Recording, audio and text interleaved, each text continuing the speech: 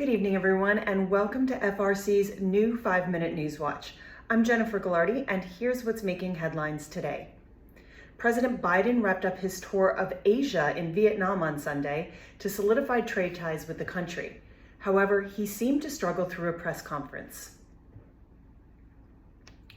The president ended with an unusual sign-off. Finally, Press Secretary Karine Jean-Pierre had to put an end to the inquiries.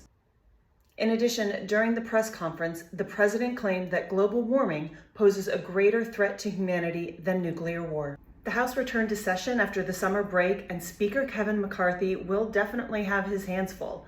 Dealing with budget deadlines and impeachment inquiry of President Biden are top on his list. Congress faces a deadline to fund the government by the end of the month or risk a potentially devastating federal shutdown. White House Press Secretary Karine Jean-Pierre claims it's Congress's job to prevent a shutdown. However, McCarthy faces increasing pressure from the Freedom Caucus members of his party to slash funding.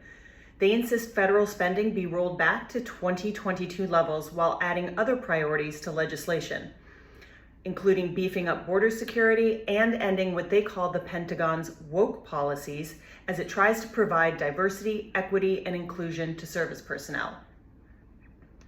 And while not all Republicans are eager for a Biden impeachment, Matt Gaetz has threatened McCarthy's seat as Speaker if he doesn't move forward with the inquiry. President Biden isn't the only politician facing impeachment threats.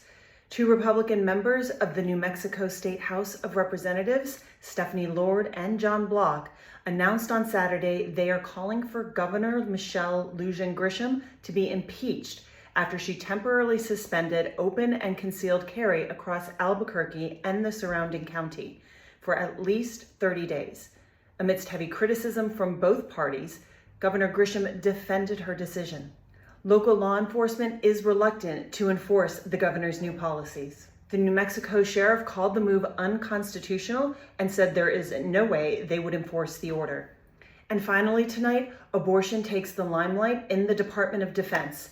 Alabama Senator Tommy Tuberville continues to block promotions for senior U.S. military officers in an effort to force the Biden administration's Defense Department to rescind a policy of leave and expense reimbursement for service members and their dependents traveling for abortions.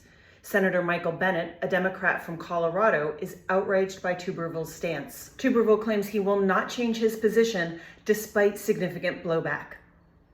It's been a busy week here in D.C., always giving us things to think and pray about. Stay tuned for all the updates right here at 5 p.m. Now get ready for Tony Perkins and Washington Watch. Thanks for joining us. We'll see you tomorrow.